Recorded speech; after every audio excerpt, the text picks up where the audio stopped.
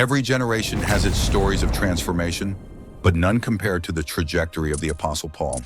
He is no ordinary convert. He is a living portrait of the power of grace.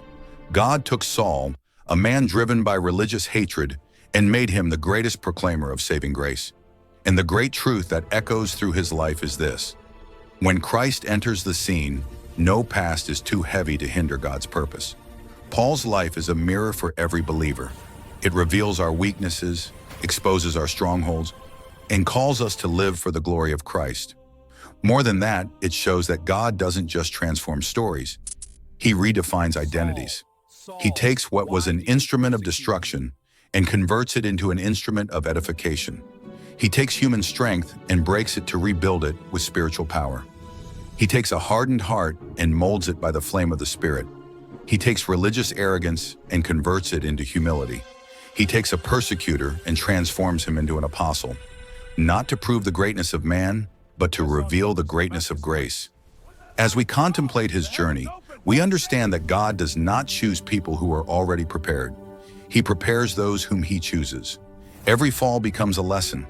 Every weakness becomes a platform for the manifestation of divine power.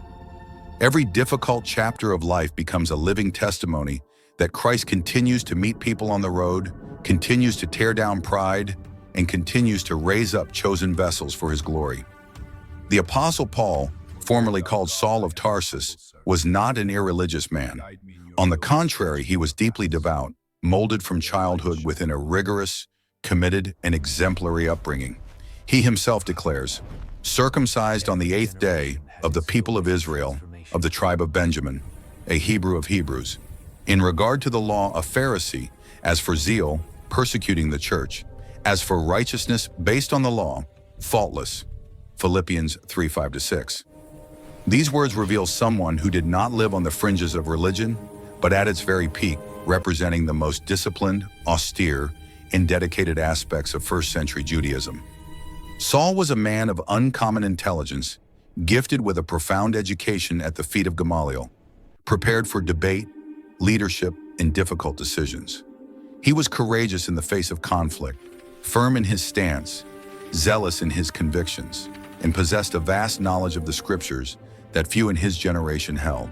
His natural leadership set him apart from his peers, and his sense of responsibility drove him to move forward with determination in everything he believed was right before God.